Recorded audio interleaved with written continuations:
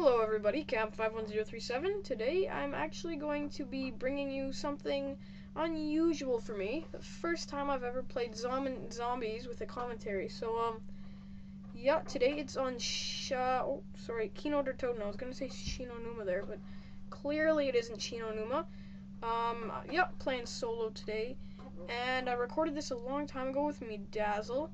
And if you've been following me since then, I got a PVR, so, the quality isn't going to be as good as the PVRs, but hopefully just bear with me for, I don't know, I have 10 more videos probably with my Dazzle, and then you won't have to watch the Dazzle quality anymore, and it'll be just the PVR. So today in the commentary, it's going to be about a 55-minute commentary, I think, and I'm going to split it into parts like most zombie games on YouTube are, because a 55-minute gameplay would take me like a long time to upload with my slow internet.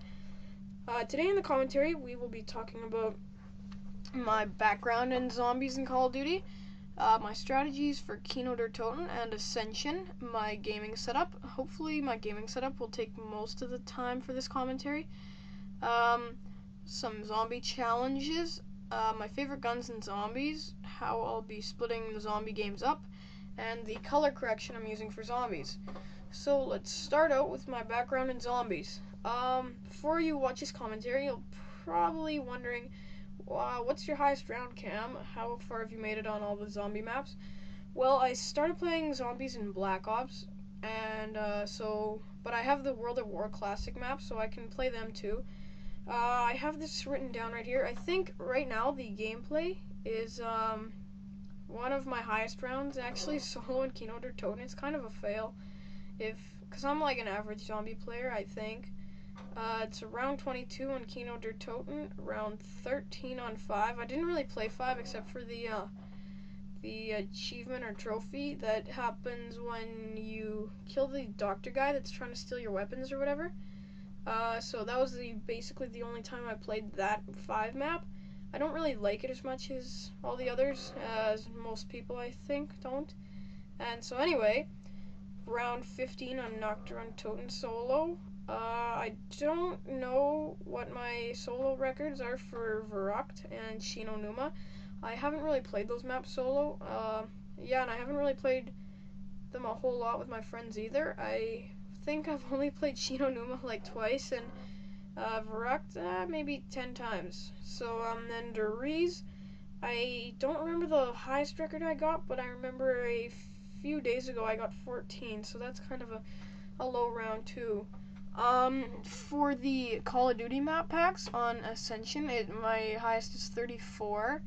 I think Ascension is actually the most easy zombie map that Treyarch has released so far. So it was pretty awesome though to get to round 34. Call of the Dead, I think it's around 15, and Shangri-La, it's actually a huge fail. I haven't played it basically at all, maybe 2 times solo, that's it. So my highest round is 4. Oh yeah, it's like a big, huge fail. So, yeah, let's just leave that out.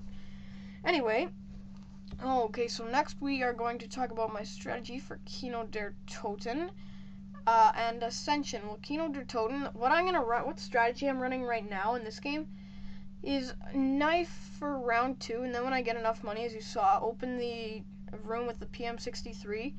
If the mystery boxes are great, I'll try it out. But the first basic thing that I want to do is get into this MP40 room and buy the MP40. Once that's done, I will stay usually until the dog round and take the dogs on in this room. Once that's over, then I'll move and crack the power. I won't stay in the MP5K room because that is a horrible place to get stuck, and it happens to me all the time, because, yeah, it's a crappy room to stay, I think. So I don't stay in that room for too long, I don't think. I don't think I even stay there for a round. So, yeah. And then once that's happened, we go crack the power and buy Juggernog straight away once we have enough money. Once we have $2,500, I'm gonna go buy Juggernog, and I don't think, well, I kind of have 2 strategies from there on, because we're there at about round 5 or 6, depending on the dogs come and how many points I have. we have cracked the power at round 6, and then if I have enough points, I will buy both Juggernog and the Bowie knife. And if I only have a few points, then I will only buy the Juggernog. But the Bowie knife is a great point weapon because you get 130 points up until round 10 for solo. Because the knifing is 130 points in Black Ops, if you didn't know. There's a little tip of the day. So yeah. But my overall strategy is if you are in the theater room, once you open the power, the curtains come out, and if you're in that room that the curtains open up to, there's the big screen, and I run the zombies around in a train around that screen, as you'll see at, I don't know, round 10 maybe? No, yeah, I'd say 7 to 10, and then on in the game you just run a train, so it gets kind of boring, but it helps with higher scores in the zombies. Ooh, max ammo.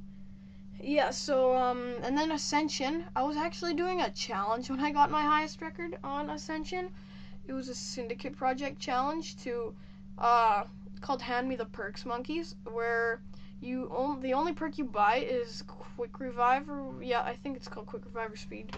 Yeah, Quick Revive, and then you turn on the power, and you can't open the doors to any other perks except for PhD Flopper.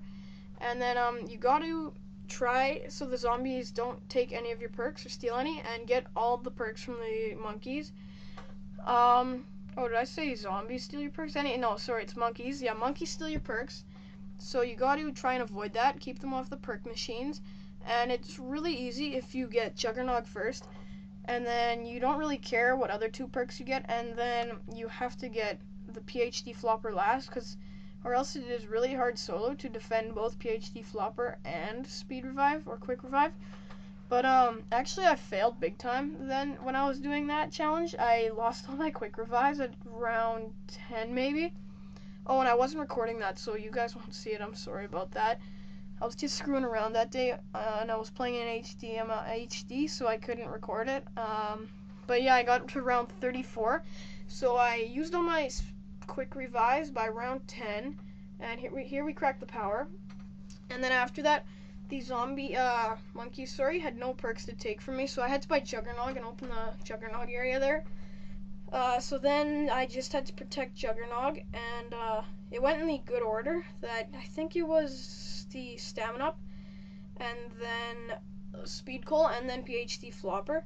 So I had to only defend PhD Flopper and Juggernog at the same time, and that made it really easy. So I got to round 34 doing that, and well, kind of. I actually didn't really legitimately complete the challenge because every about 8 rounds, the monkeys would steal the PhD Flopper, and then I'd get it back the next monkey round. So, but yeah, I got a round 34, and I was pretty proud of that. It was my highest record ever in Zombie Solo, and I believe the weapons I had were actually I think the RPK and the MP5K, or the ray gun, I think. Yeah, all those 3 weapons I had during the game at some point. So yeah, it was a pretty good. The MP5K is great for zombies, especially in Ascension, because I ran the train around by the platform, kind of where the lunar lander is, by PhD Flopper. I just ran them around the lander station, kind of, and got them in a big train, like I am right now, and killed them all. So yeah, it worked pretty well for me. The MP5K, it's right around there if you've ever played Ascension. And that's pretty awesome that you can just keep buying ammo and run a train. So yeah, it's a great strategy for Ascension, I think. Let's see. Now, I guess we can talk about my gaming setup. It's kind of a crappy setup, but it works for me because, well, here I got a desktop computer, so I don't have a laptop, and it doesn't have Wi-Fi built into it, so I need a wired internet connection, and I don't have one of those beside my PS3 or my TV, so it's pretty awkward. I gotta move my computer to an internet connection to render the videos. Well, I use it for rendering the videos and uploading them, but I could render them at the TV. Anyway, yeah, so it's bad. Oh, here's a little glitch spot. Yeah, that's a great kind of spot. If you stand right where I'm standing, the dogs can't touch you. Oh, well, I moved there, so but there's a spot right there where the dogs can't touch you, and it's pretty awesome. Yeah, my gaming setup.